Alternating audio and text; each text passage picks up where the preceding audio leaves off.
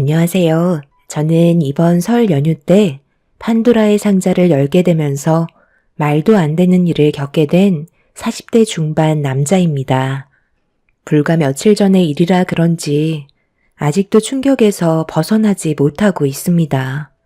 제가 처가 식구가 된 지 벌써 10년이 넘었고 그동안 사이로서가 아닌 친아들처럼 살아왔었는데 어떻게 저한테 이런 일들을 숨길 수 있었는지 너무 마음이 아픕니다. 제 사연은 지금으로부터 3달 전부터 이미 시작이 되고 있었습니다. 그날은 이상하게도 아내가 혼자서 처가에 다녀오겠다는 말을 했어요. 아내와 그동안 살면서 단 한 번도 따로 처가에 보낸 적이 없었기 때문에 같이 가길 원했지만 아내는 이런저런 핑계를 대면서 혼자 가길 원했습니다. 뭔가 느낌이 좋지 않아 처가에 무슨 일이 생겼냐고 물어봤는데 아내는 별일 아니라면서 집안일이라는 말로 둘러댈 뿐 정확하게 무슨 일인지 말을 해주지 않더라고요. 아내가 극구 반대하니 저 또한 당황스럽기도 해서 일단 그냥 보냈습니다. 나중에 설명해 줄 거라 믿고 아내의 돌발 행동을 지켜볼 수밖에 없었어요. 늦게라도 들어오겠다니 기다리면서 제가 애들을 보고 있었고 새벽 시간이 되어서야 아내가 들어오게 되었죠. 그런데 제가 안 자고 기다리고 있자 현관문을 열면서 들어온 아내는 약간 흠칫 놀라더니 무심한 듯 저에게 말을 붙이기 시작했어요. 하지만 정작 제가 궁금해하는 건 대답해 주지 않길래 직접적으로 물어봤습니다. 처가에 다녀왔으니까 이제 무슨 일 때문에 다녀왔는지 말해줘도 되잖아. 지금까지 함께 결혼 생활하면서 단 한 번도 당신 혼자 처가에 간 적이 없었는데 오늘은 왜 그렇게 한 거야? 처가에 안 좋은 일이라도 생기기라도 했어? 별일 아니야. 나도 당연히 당신이랑 같이 가는 걸 원하지. 그런데 이번에는 부모님과 개인적으로 좀 볼 일이 있었거든. 무슨 볼일이길래 당신 혼자 가야만 했던 건데. 내가 납득이 될 만한 이유라면 그냥 넘어가겠는데 오늘 당신은 상당히 낯설고 내가 알던 사람이 아닌 것 같아서 그러지. 정확하게 왜 혼자 가야만 했고 장인 장모님과 무슨 대화를 나눴는지 나한테 다 말해봐. 그래, 솔직하게 얘기할게. 일단 우리 부모님께서 당신은 모르길 원하고 계셔. 이게 좀 예민한 문제거든. 돈과 관련되어 있어서 웬만하면 당신한테까지 알리고 싶지 않았던 것 뿐이야. 우리 부모님이 이번에 사기를 좀 당하신 것 같아. 그래서 피해 금액이 얼마나 되는지 부모님께 사기를 친 범인은 잡을 수 있는 건지 알아보기 위해 나만 따로 부른 거였어. 우리 부모님께서 당신을 친아들처럼 생각하고 있는 거 잘 알고 있지? 하지만 이번 문제는 돈과 관련되어 있기 때문에 그만큼 예민해서 당신한테 말하길 꺼려 하시길래 나 혼자 가게 된 거야. 당연히 당신이 하루빨리 해결해주면 좋겠지만 이미 경찰한테도 신고 접수가 되어 있는 상태이기 때문에 최대한 기다리고 있는 것뿐이야. 담당 경찰이 신원이 확보되어 있어서 잡히는 건 시간 문제라고 했거든. 피해 금액이 2억 정도 되는데 부모님 말고도 꽤 여러 사람이 사기를 당했던 것 같아. 하루빨리 잡히길 바랄 뿐이지. 그러니까 당신도 너무 걱정하지 마. 절대 비밀로 해달라고 했으니까 우리 부모님 만났을 때도 내색하지 말고 모른 척 해줬으면 좋겠어. 아무리 당신이 아들 같다 해도 알리고 싶지 않은 일들도 있기 마련인 거야. 아내의 말을 듣고 있던 저는 예상치 못한 말을 들어서 상당히 놀랐고 아내의 얼굴에는 근심이 가득해 보였습니다. 제가 아들 같다곤 하지만 집안에 흠이 생겨버린 걸 드러내고 싶지 않았던 것 같아 그날 이후 처가댁에 갔을 때 전혀 티내지 않고 평소처럼 대해드렸습니다. 그리고 이 문제에 대해 뒤에서 알아본 결과 장인 장모님께서 정말로 부동산 사기를 당하신 걸 확인할 수 있었고, 저는 묵묵히 뒤에서 이것저것 필요한 것들을 도와드리며 해결해 나가자 범인이 잡혔다는 말을 들을 수 있었습니다. 장인 장모님 몰래 사기친 그 남자를 처음으로 보게 되었는데 상당히 젊은 사람이더라고요. 나이도 나보다 한참 어려 보이는데 할 짓이 그렇게 없어서 부모님 뻘 되는 분들만 상대로 이런 사기극을 벌이면 그쪽은 마음이 편해요? 사기당한 돈 못 받을까봐 뒤에서 얼마나 많은 사람들이 마음 졸이면서 힘겹게 살아가고 있었는지 모르죠? 제가 그걸 꼭 알아야 될 필요가 있는 건가요? 사기를 칠 때 그 사람이 얼마나 마음이 아플지 그걸 생각하면서 사기칠 사람이 누가 있겠어요? 그리고 그쪽이 저한테 무슨 말을 한다 해도 저는 조금도 잘못했다고 생각하지 않습니다. 어차피 법적 처벌받고 몇 년 썩다 나오면 저는 이 일을 또 시작할 거거든요. 그땐 지금보다 더 철저하게 사람들 속여서 많은 돈을 사기칠 계획인데 그쪽이 아무리 떠들어봤자 저를 막지는 못해요. 2번 얼굴 볼 일이 있을지 모르겠지만 저를 건드려서 좋을 것 하나 없어요. 저는 그쪽이 알지 못하는 일들도 상당히 많이 알고 있거든요. 쓸데없이 여기서 이럴 시간에 그쪽 처가 식구들이나 챙기는 게 좋을 것 같은데요. 저는 더 이상 대화 자체를 섞고 싶지 않으니까 이만 들어가겠습니다. 남자는 자신의 잘못을 전혀 뉘우치지 못하고 있었어요. 오히려 사기를 당한 사람들이 멍청한 거라며 저보다 더 크게 목소리를 높이고 있었네요. 어찌됐든 사기친 사람을 붙잡게 되면서 안 좋았던 일들이 전부 해결이 되자 처가 식구들은 다시 평화가 찾아오게 되었어요. 아내는 뒤에서 장인 장모님 몰래 이것저것 도와준 부분에 대해 고맙다는 말을 꺼내면서 그동안 정말 너무 힘들었었다고 눈시울까지 붉어지고 있었습니다. 사기당한 금액이 적지 않았었기 때문에 아내 또한 마음고생이 심했던 것 같았어요.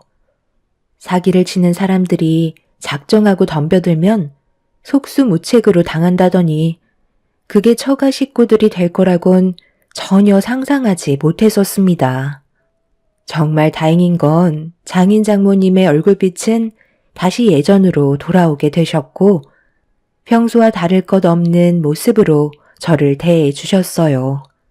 그렇게 별일 없이 일상으로 돌아간 어느 날 퇴근하고 집에 들어왔는데 아내는 제가 들어온 줄도 모르고 안방에서 누군가와 언성을 높이며 통화를 하고 있었습니다. 꽤 심각한 대화를 주고받고 있길래 조심스럽게 문 앞에서 대화 소리를 엿들으려 하는 순간 버럭 화를 내며 전화를 끊음과 동시에 안방문을 활짝 열었네요. 제가 온 줄 모르고 있었던 아내는 화들짝 놀라면서 언제부터 서 있었냐고 저에게 화를 내기 시작했어요. 저 또한 당황한 나머지 방금 들어왔다면서 누구랑 통화하길래 열을 올리냐고 물어보자 별일 아니라면서 통화한 부분에 대해 신경 쓰지 말라고 부엌으로 걸어가 저녁 준비를 하기 시작했어요. 그런데 갑자기 털썩 주저앉더니 오열을 하길래 이유도 모르고 아내의 모습을 지켜볼 수밖에 없던 저는 아무것도 해줄 수가 없었어요.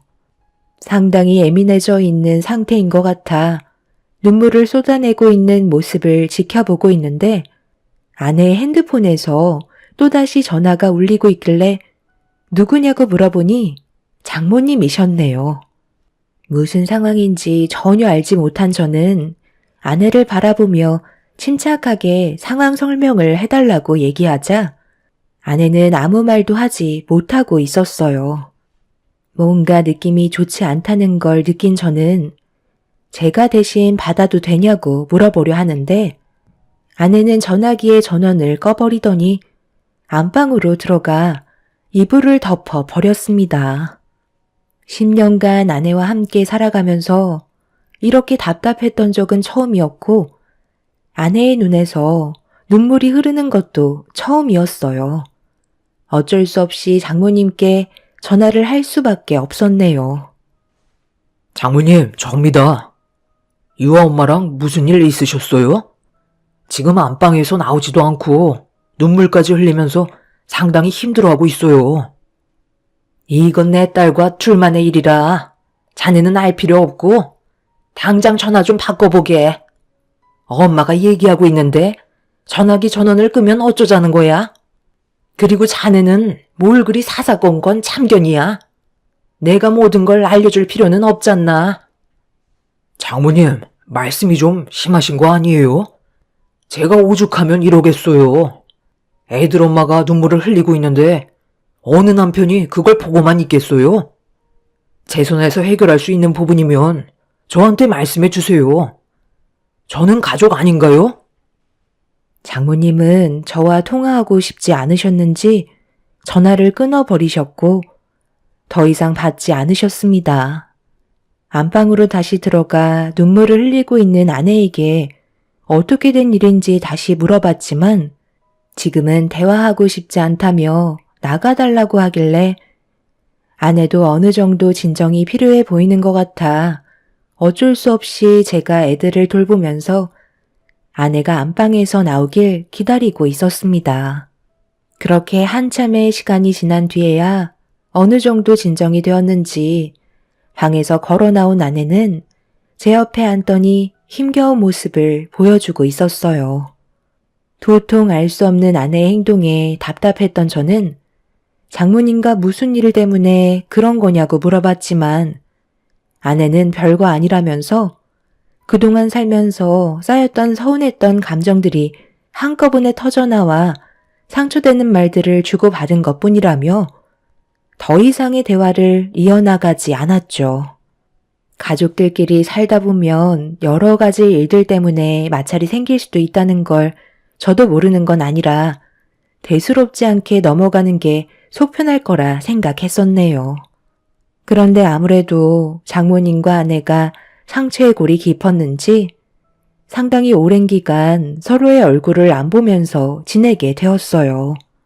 그런 관계가 불편해 보였던 저는 다시 예전처럼 좋은 관계를 유지할 수 있게 장인 장모님을 저희 집으로 초대를 하게 되었습니다. 시간도 어느 정도 지났기 때문에 아내의 감정 또한 어느 정도는 가라앉았을 거라고 생각했었죠. 여러 가지 스케줄을 계획한 뒤 장인 장모님이 도착하시자 한 걸음에 달려가 현관문을 열어드렸는데 아내가 그 모습을 보곤 정색을 하면서 저에게 화를 내기 시작하길래 그런 아내한테 해명을 하게 되었죠. 언제까지 이런 식으로 지낼 수는 없는 거잖아. 장인어른도 당신 얼굴 보고 싶다 하셨는데 계속 이런 관계 유지할 거야? 내가 분명 싫다고 하지 않았어? 나는 아빠, 엄마 얼굴 보고 싶지 않다고. 그런데 당신이 뭔데 멋대로 행동하는 거야? 그만 좀 해라. 살다 보면 그럴 수도 있는 거지. 언제까지 애미 얼굴 안 보고 살 건데? 현실을 받아들이라고 했잖아. 그래, 내가 미안하다고 몇 번이나 말했는데 꼭 이렇게까지 해야 되겠어? 지나간 과거의 일들 이제 와서 되돌릴 수도 없는 건데 그냥 그러니 하고 살아야지 어쩌겠어. 엄마는 다 받아들이고 살아갈 수 있다. 너만 마음 잡고 살면 된다니까. 얼굴 보고 싶지 않으니까 그만 돌아가 주세요. 저는 아직까지 마음의 상처가 조금도 회복되지 않았다고요. 당신 정말 이럴 거야? 이제 그만해도 되는 거잖아. 내가 대충 들어보니까 그냥 과거에 상처받았던 일들이 안 좋은 감정으로 몰려온 것 같은데 어느 누가 그런 상처 하나 없겠어? 지나온 일들 들춰봤자 좋을 거 하나 없잖아. 누구보다 현명하게 판단했던 당신이 왜 이렇게 중심을 못 잡고 힘들어하는지 나는 정말 이해가 안 된다고. 이제 그만 좀 해. 당신이 우리 가족에 대해 뭘 안다고 그러는 거야? 어떤 상황인지 제대로 알지도 못하면서 함부로 판단하지 마.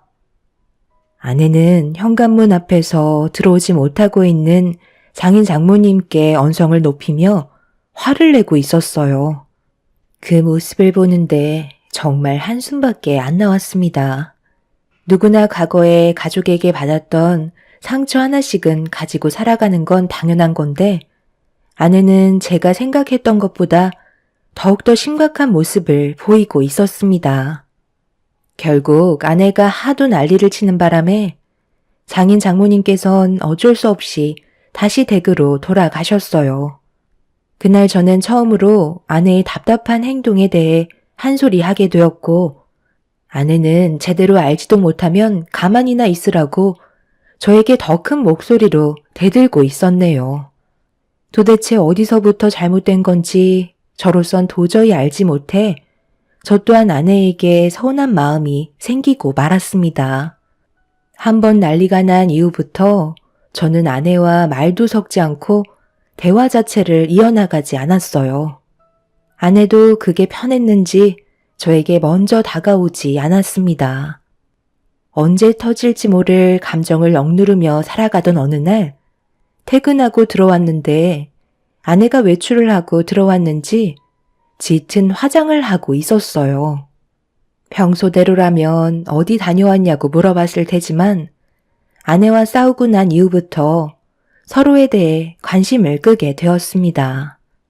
언제까지 이런 관계를 유지해야 할지도 몰랐고 어떻게 하면 아내와 다시 예전으로 돌아갈 수 있을지 해결 방법을 찾지 못했던 저는 결국 장인어른께 연락을 드린 뒤 처가댁으로 찾아가게 되었어요. 장인 장모님께선 어색한 미소로 저를 반겨주셨습니다. 도대체 무슨 일이 있었던 거예요?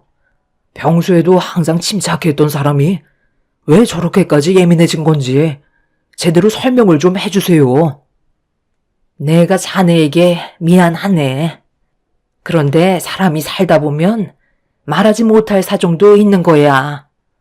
자네가 답답해하는 거 우리가 모르는 건 아닌데 지금은 시간이 좀 필요할 것 같네. 사람은 누구나 다 살다 보면 실수도 하기 마련이잖아. 그냥 단순하게 생각해줬으면 좋겠어.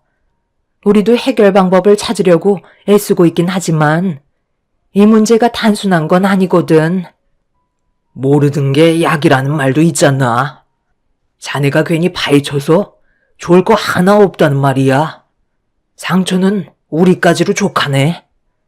자네한테까지 우리가 겪고 있는 아픔을 나눠주고 싶지 않으니까 가족 일에 너무 깊게 관여하지 않았으면 좋겠어. 그럼 이거 하나만 말해주세요. 지금 장인어른께서 제가 모르는 게 약이라고 하셨잖아요. 만약 제가 알게 된다면 그 사람과 저와의 관계에 상당한 영향을 끼치게 되는 건가요? 이혼까지도 고려해야 될 문제인 건가요? 그게 아니라면 장인 장모님과 인연을 끊어야 되는 건가요? 이거 하나만 말씀해 주시면 그냥 모른 척하고 살아가겠습니다. 장인 장모님은 제가 물어본 질문에 대해 침묵을 유지하셨는데 그게 더 충격이었습니다. 아무 말도 하지 않으신 걸 보면 저한테 말하지 못하고 있는 사실을 알게 된다면 지금까지 꾸려온 가정생활에 엄청난 파장을 불러일으키게 될 거라는 걸 인지할 수 있었습니다.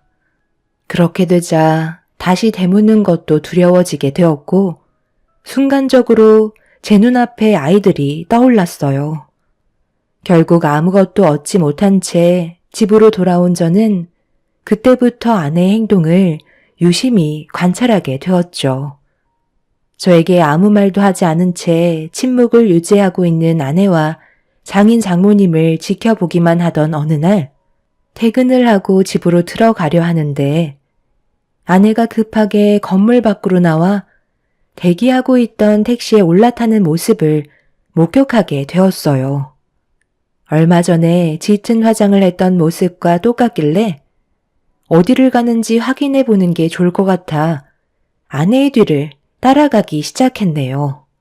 그렇게 한참을 달려 도착한 곳은 어느 한 건물 앞이었고 택시에선 아내가 내리자 그 앞에 장인 장모님이 기다리고 계셨습니다.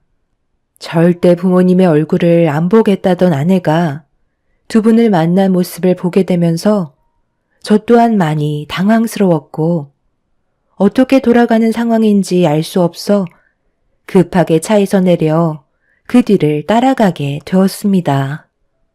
그런데 아내가 장인 장모님을 모시고 함께 들어간 곳은 별거 없는 여행사였어요.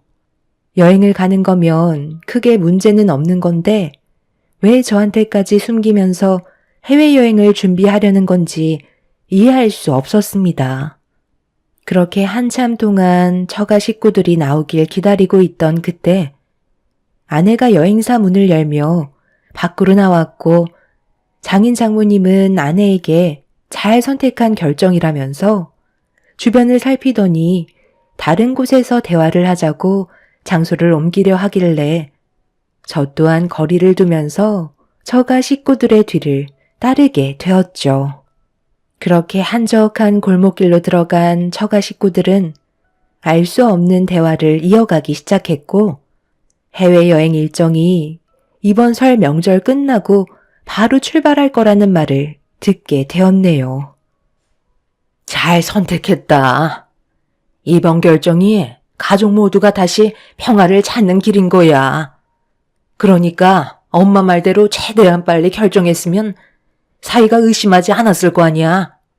얼마나 간 떨어졌는지 아니? 우리 입장은 어떻겠어? 아들같이 생각했던 사이한테 거짓말하는 게 쉬운 것도 아니고 솔직히 모든 걸 털어놓고 싶었는데 그렇게 된다면 잃을 게 너무 많잖아. 그래서 입 꼭 다물고 있었다. 잘하셨어요. 일주일 정도면 딱 적당할 것 같아요. 의심사지도 않고 그 사람은 어차피 일이 바빠서 저희끼리 관계회복차 다녀온다고 대충 둘러대면 더 이상 물어보려 하지 않을 거예요.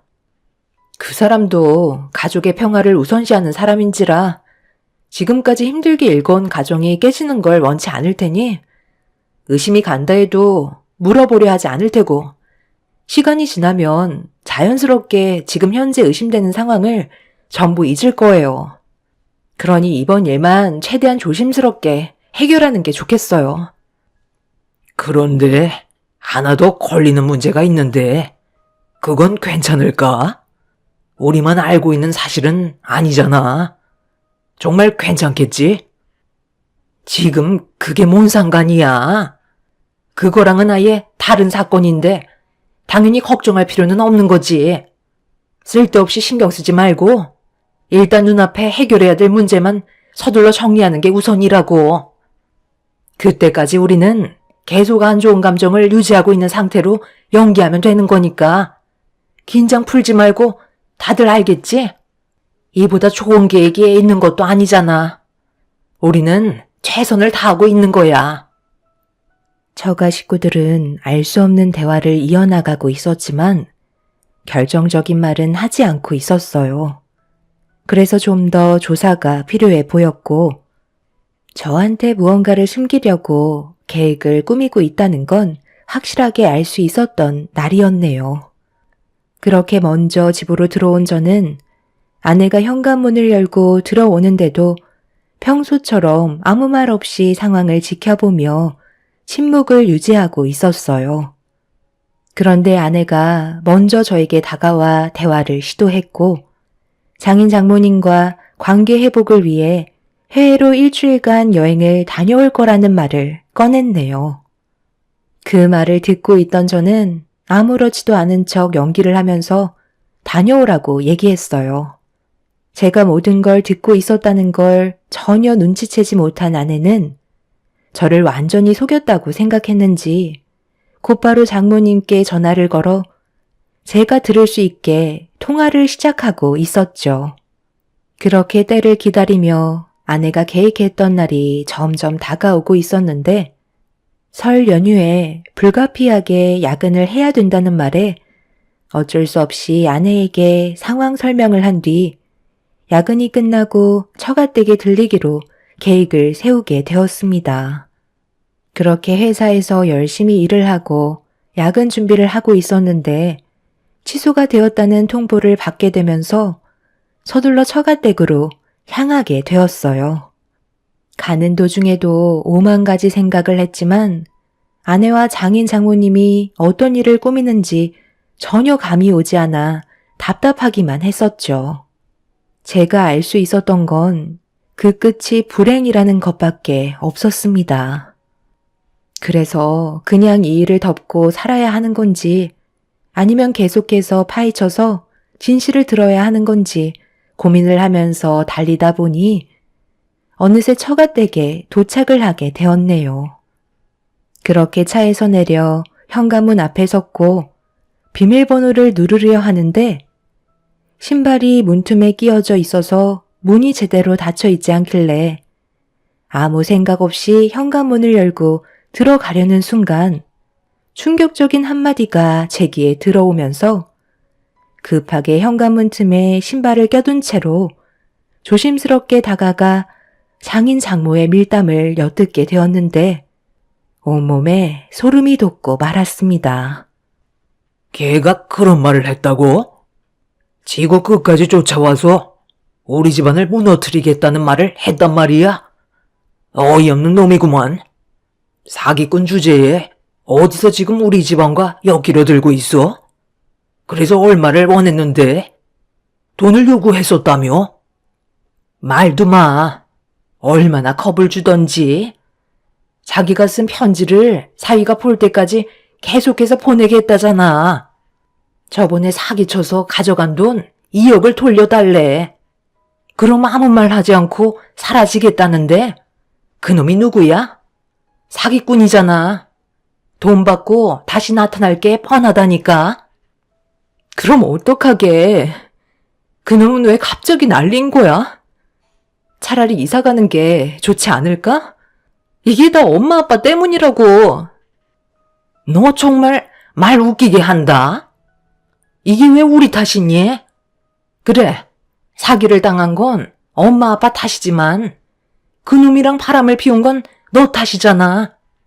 현란한 현울림에 놀아나선 임신까지 한 주제에 어디서 계속 큰 소리야? 네가 생각 없이 저지른 행동이 이렇게까지 발목이 잡히게 만들었으면서 엄마 아빠한테 탓을 돌려? 사이가 이 사실을 알아봐. 유아 아빠가 얼마나 큰 상처를 받겠니? 엄마가 계획해서 지금 상황 정리할 수 있었던 거지? 사이의 아이라고 속인다고 그게 숨겨지니? 정관수술까지 했었다며. 빼도 박도 못하는 상황에서 어떻게 아이를 낳겠다는 거야?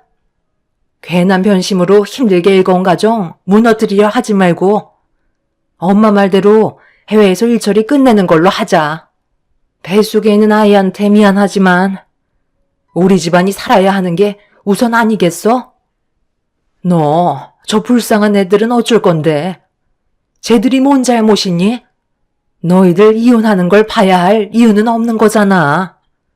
그놈이 2년 뒤에 출소하니까 그 전에 우리는 다른 지역으로 이사하면 되는 거고 그곳에서 조용히 살면 되는 거야. 내 말 무슨 뜻인지 알겠지? 지금 이게 다 무슨 말이죠?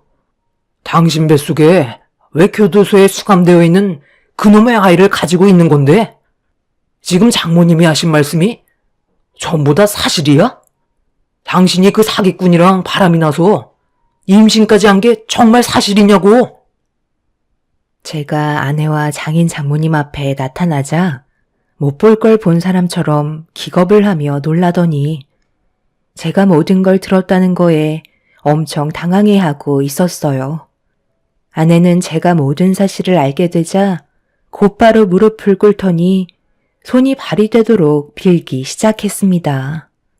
장인 장모님은 흥분을 감추지 못하고 있는 저를 진정시키기 위해 양팔을 잡았지만 이미 저는 제정신이 아니었어요.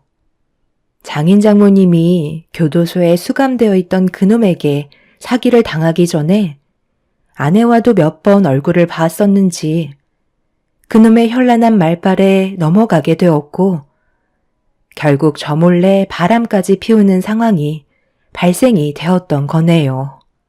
그런데 하필 임신까지 해서 아내와의 결혼 생활 10년을 물거품으로 만들어 버렸습니다. 지금 현재 저희 집안은 쑥대밭이 되었고 아내는 저희 집에 매일 찾아와 용서를 구하고 있습니다. 하지만 저는 처가 식구들을 절대 봐줄 수가 없을 것 같네요. 이혼을 결정한 상태이고 더러운 아내에게 제 아이들을 보여줄 마음은 조금도 없습니다. 장인 장모님은 사기꾼에게 잠깐 한눈을 팔게 된 거라며 실수라고 하지만 제가 봤을 때 그건 절대 실수가 아닌 것 같네요.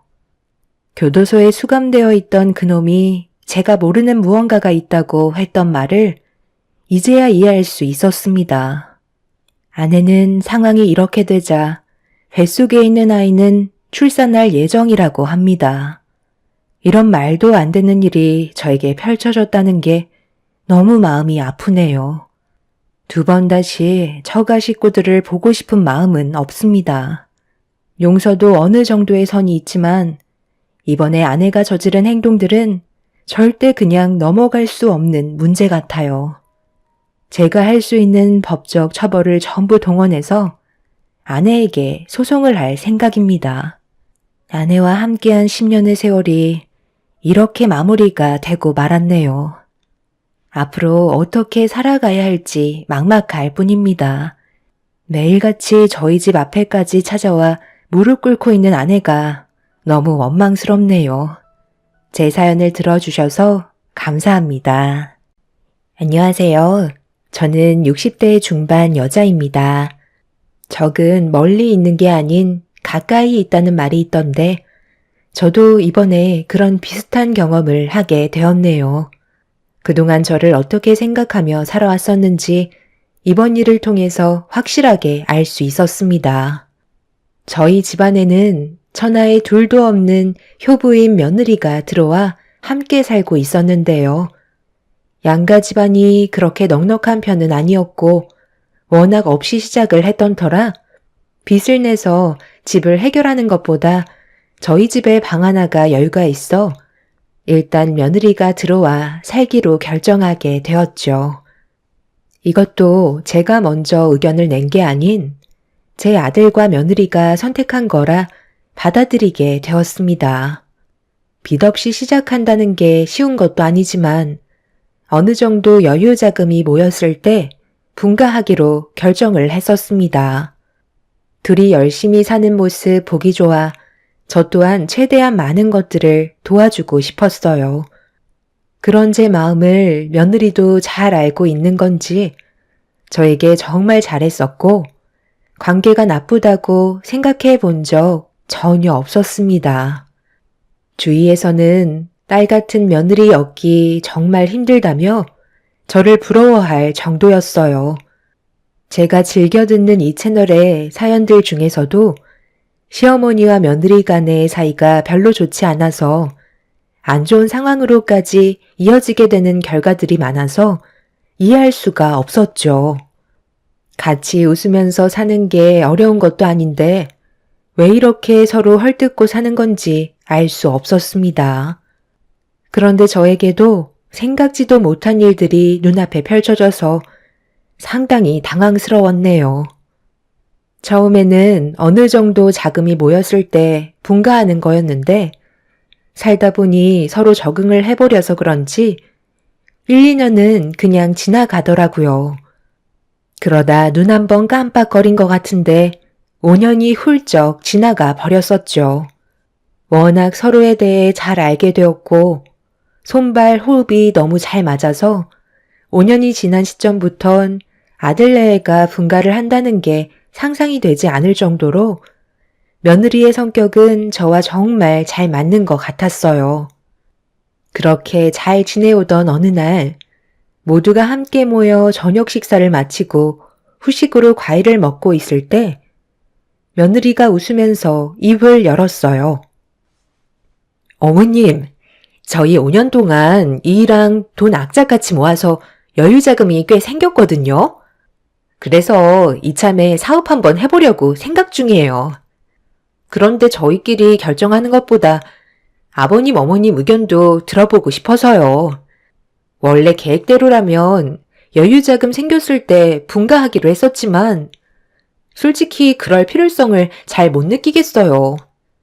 아버님, 어머님께서 너무 잘해주시고 저도 이 생활에 완전 적응이 돼버려서 따로 나와 새롭게 다시 시작한다는 게 쉽지 않을 것 같거든요.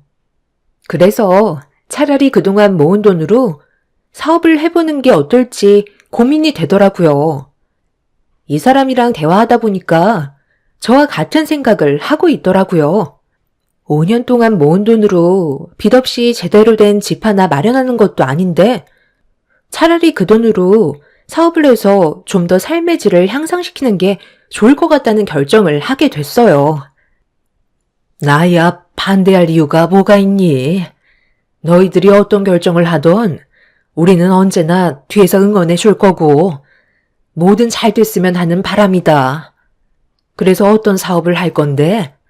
쉽게 벌은 돈도 아니고 둘이 힘들게 땀 흘려서 벌어모은 돈이니 뭐든 신중하게 진행했으면 좋겠다. 너희들이 다니던 회사도 꽤 오래돼서 안정적인 월급이 들어오잖아. 아들내외는 이미 사업에 대해 진지한 고민을 하고 있었는지 앞으로의 방향성을 다른 시각으로 바라보고 있는 것 같아 보였어요. 열심히 벌은 돈으로 집을 구하는 게 아닌 사업을 시작하는 것도 나쁘지 않은 방법이긴 하지만 걱정이 되긴 했었죠. 자칫 미끄러지기라도 한다면 적자를 면하지 못할 테고 그렇게 된다면 결국 빚이 생기는 거기 때문에 최대한 신중할 필요가 있었습니다. 며느리는 걱정하지 말라고 정말 잘할 수 있다는 자신감 넘치는 목소리로 저희 부부를 안심시켜 주었어요. 아무래도 아들 내외는 아이가 태어나면서부터 좀 더 돈에 대한 욕심이 생긴 듯 보였습니다. 앞으로 자식한테 들어갈 돈이 적지 않기 때문에 여러 가지로 생각이 많아 보였어요. 저도 그런 아들 내외의 상황을 모르는 건 아니라서 최대한 힘 닿는 데까진 많이 도와주고 있었습니다. 적은 나이도 아닌데 아이를 돌보는 건 정말 쉽지 않았어요. 그래도 제가 힘들게 아이를 돌봐준 만큼 며느리 또한 다른 쪽으로 저를 도와줬었죠. 집안일 같은 경우 대부분 며느리가 담당을 하면서 서로의 필요를 충족시켜 주었습니다. 며느리가 제 아들에게 잘하고 시부모를 공경하니 그 모습을 쭉 지켜봐왔던 저는 아들 내외의 사업에 도움을 줄 수 있는 게 무엇이 있을지 고민을 하고 있었는데 며느리가 저와 따로 대화를 했으면 좋겠다고 제 손을 잡고 작은 방으로 데리고 들어갔네요. 어머님, 저희가 지금 음식점을 오픈하려고 준비 중이잖아요. 그런데 생각보다 자금이 많이 들더라고요. 제가 생각했던 예산보다 더 초과될 것 같아서요. 어머님 혹시 여유 자금 좀 있으세요? 만약 가능하시면 최대한 빨리 부탁드릴게요. 사람이 눈이라는 게 준비하다 보니까 이왕 하는 거 괜찮은 걸로 시작하고 싶더라고요. 어머님이 도와주시면 저희 사업 정말 대박 날 것 같아요. 제가 앞으로 더 잘할게요. 저도 이런 부탁드리는 거 고민 많이 하고 말씀드리는 거예요. 그래, 무슨 말인지 알았다. 내가 일단 너희 시아버지한테 한번 물어볼게. 나도 돈이 얼마나 있는지 정확하게 확인을 해봐야 알 것 같아서. 시간 좀 줄 수 있니? 며느리는 사업을 준비하는데 생각보다 자금력이 부족한 듯 보였어요. 이왕 처음 시작하는 거 제대로 해보고 싶어 하는 것 같았습니다. 처음에는 며느리도 자기 능력에 맞게 시작을 하고 싶었는데 살짝 눈 돌리면 좀 더 괜찮은 상가 매물과 거기에 어울리는 인테리어 장비들이 며느리의 눈을 더 키우는 듯 보였네요. 며느리의 고민은 제 아들에게도 영향을 주고 있었고 저도 최대한 도와주고 싶은 마음이 있었죠. 그래서 이 문제에 대해 남편과 함께 진지한 대화를 이어나갔어요. 무슨 말인지는 아는데 괜찮을까? 내가 왜 이런 말을 하냐면 너무 크게 판만 벌리는 것 같아서 좀 걱정이긴 하네. 처음에는 최대한 빚 없이 적당한 공간에서 시작하려 했는데 지금은 본인들 능력 이상을 초과해서 준비를 하고 있으니 그게 오히려 독이 될까봐 하는 소리야. 많이 투자해서 좋은 상가에 입점하면 당연히 손님들도 많이 오겠지. 그런데 우리는 아직 며느리와 아들이 계획하고 있는 걸 말로만 들었지 실질적으로 안심이 될 정도로 우리가 확인한 건 아니잖아. 당신도 내 말이 무슨 뜻인지 알지? 지금 상황은 능력 받기라는 말이야. 일단 시도해보고 점점 확장해 나가는 게 좋을 것 같은데. 아버님, 어머님, 들어가도 될까요? 제가 과일 좀 깎았는데요. 이것 좀 드셔보세요. 그런데 무슨 대화를 하셨길래 방 안의 공기가 너무 무거워요. 너희들 사업에 대해 진지하게 대화를 하고 있었다. 생각했던 것보다 자금이 많이 부족하다는 말을 들으니 걱정이 안 되는 건 아니지. 그래서 도와달라고 말씀드린 거예요. 저희가 빌려주신 돈을 다시 안 돌려드리겠어요? 당연히 벌어들이는 대로 빌려드린 돈부터 갚아야죠. 너무 걱정하지 마세요. 며느리는 무조건 성공할 수 있다며 부족한 자금을 빌려달라고 재촉하기 시작했어요. 그리고 잠시 뒤 아들도 저희 방에 들어와 며느리와 같은 의견을 내세웠죠. 하지만 남편은 아들네의 부탁을 끝내 보류했고 좀 더 신중히 생각해보자며 무리하게 돈을 끌어서 사업을 시작하는 것보다 능력에 맞게끔 준비하는 게 좋을 것 같다는 의견을 내세웠어요. 그 말이 끝남과 동시에 며느리의 표정은 싸늘하게 굳어버렸고 한동안 방 안에는 침묵이 흘렀습니다. 처음 보는 며느리의 표정에 저희 부부는 당황스러웠어요. 원하는 대로 해주지 않아서 그런 건지 자리를 박차고 일어나더니 아무 말도 없이 방으로 돌아가 버렸습니다. 아들도 며느리의 돌발 행동에 난감했는지 저희한테 죄송하다는 말 한마디 하고 급하게 며느리의 뒤를 따라가 방으로 들어갔는데 저희 방에까지 대화 소리가 들리더군요. 아버님이 하시는 말씀 당신도 들었잖아. 우리를 도와주지 않겠다고 하시는 거 봐놓고도 그런 말이 나와? 지금 내가 흥분 안 하게 생겼어? 그동안 이 집에 있으면서 얼마나 잘했는지 뻔히 아시면서 어떻게 저런 말을 하실 수가 있는 거야? 나는 아버님한테 정말 많이 실망했어. 돈 빌려달라니까 표정이 싹 바뀌셔서 단호하게 말씀하시잖아. 돈 앞에선 가족도 없으신가 봐. 내가 너무 큰 실망을 해서 지금 말도 안 나올 정도라고. 정말 힘들게 시작하는 거 제대로 한번 해보고 싶어서 도와달라고 부탁드린 건데 어쩜 저리 매몰차실 수 있어? 다 들리면 뭐? 나는 말도 못해? 지금 얼마나 중요한 시기인지 당신도 잘 알잖아. 그래도 목소리 좀 낮춰. 우리 부모님께서 당신이 이런 식으로 얘기하는 거 전부 다 듣게 되면 기분 좋으시겠어? 왜 하나만 알고 둘은 몰라? 우리가 일단 사업이 잘 되면 안 도와주시겠냐고. 나도 아직까지 확실치 않아서 불안하기만 한데 무작정 돈만 바른다고 해서 좋아질 수 있다는 보장도 없는 거잖아. 밥만 벌리다 나중에 정말 파리만 날리면 모두 끝장인 거 몰라? 일단 침착하게 좀 더 신중히 움직이는 게 좋을 것 같아. 당신 지금 너무 급하게 준비하는 것 같다고. 집안이 떠나갈 정도로 아들과 며느리는 서로 안 좋은 대화를 주고받으며 분위기를 더욱더 심각하게 만들었어요. 남편과 저는 한숨을 내쉬었고 어떻게 해야 할지 많은 고민을 하게 되었네요. 그렇게 한바탕 난리가 나고 아들내외는 저희의 도움 없이 동네에는 없는 소고기 무한리필집을 오픈하게 되었습니다. 모든 걸 직접 알아보고 준비했던 과정이라 며느리와 아들이 발품 팔아 금전적인 부담을 최소한으로 줄였고 그렇게 시작된 장사는 시작이 나쁘지 않았어요. 며느리는 저희 부부에게 보란 듯이 최대한 좋은 실적을 내기 위해 정말 열심히 움직였어요. 그렇게 몇 달 동안 음식점에 자리가 없을 만큼 장사가 잘 되고 있었는데 전혀 상상하지 못했던 상황이 전개되고 말았습니다. 아들내외가 힘들게 준비해서 시작한 사업이었는데 한 달이 건너 반대편 건물에 꽤 큰 체인점 소고기 무한리필 식당이 오픈을 하게 되었어요.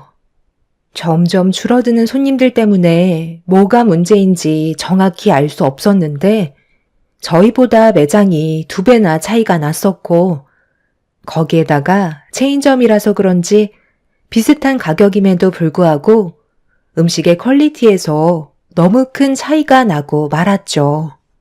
사람들 입맛도 거의 비슷하기 때문에 거의 같은 가격에 더 퀄리티 있는 음식점을 찾는 건 당연한 거였어요. 결국 대박이라고 생각했던 음식점은 몇 달 만에 파리만 날리게 되면서 손님은 거의 찾아와 주지 않으셨네요. 아들내외도 이런 경험을 전혀 해본 적이 없어서 멘탈은 쉽게 무너져 내렸고 끝까지 버티려 했지만 오래 가지 못하고 결국 장사를 접어야 하는 지점까지 이르게 되었죠. 정신적으로 상당히 힘들어하던 아들내외는 앞으로의 갈 길을 아예 잡지 못하고 있었어요. 그 모습을 지켜보고 있던 저희도 어떻게 하면 좋을지 고민에 빠졌고 다른 직종으로 바꿔야 하는 게 좋을 것 같다는 결정을 내리게 되었네요. 계속해서 버텨봤자 지속적인 적자를 감당하지 못할 것 같아 최대한 빨리 정리를 하는 게 더 큰 손해를 막는 길이었어요. 결국 아들내외는 정말 힘들게 준비했던 사업을 폐업하게 되었고 또 다른 준비를 위해 훌훌 털어버리고 바쁘게 움직였습니다. 가만히 있어봤자 바뀌는 건 없다는 걸 잘 알기 때문에 정신적으로 힘들지만 내색할 만큼의 여유가 없었어요.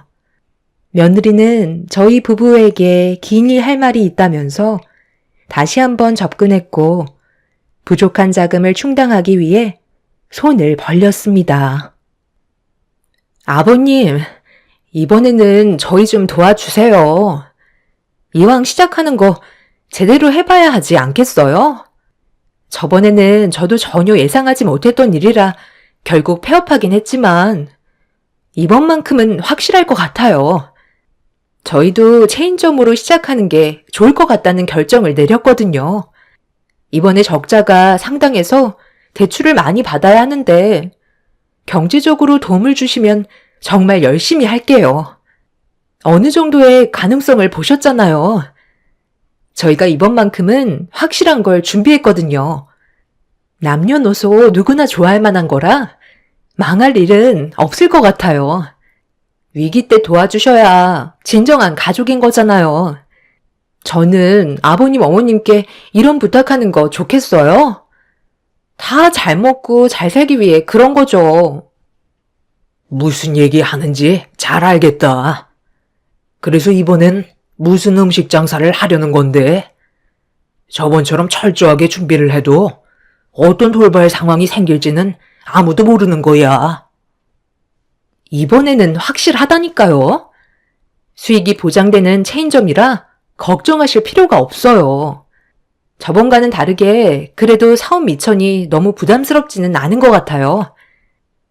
이번만큼은 제발 도와주세요. 그동안 저희가 얼마나 열심히 살아왔는지 누구보다 잘 아시잖아요. 이번엔 어떻게 해서든 성공할 테니까 꼭 부탁드릴게요. 아들내외는 이번만큼은 꼭 성공하고 싶다며 더 이상 물러설 곳은 없다며 최대한 서둘러 금전적으로 도움을 주길 원하고 있었어요.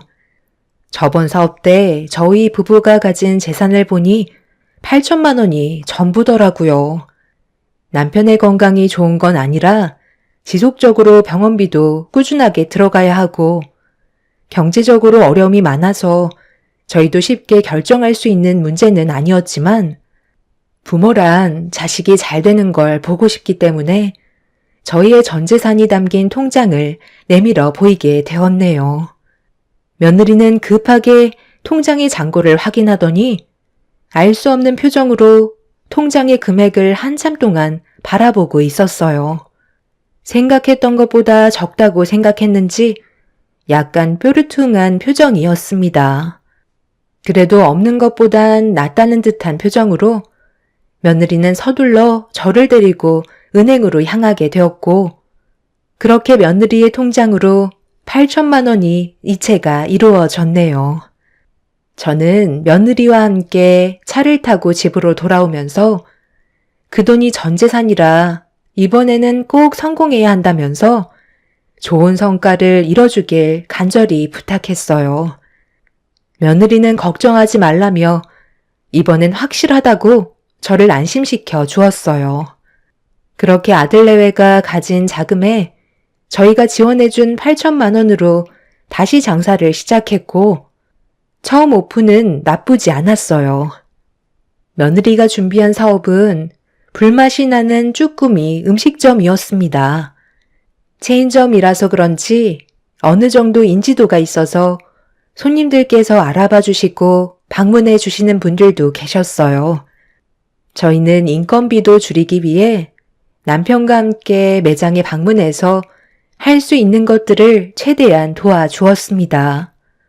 그렇게 몇 달 동안 고생을 하면서 장사가 점점 잘 되다 보니 몸이 좋지 않은 남편은 무리가 왔는지 쉴 수밖에 없었어요.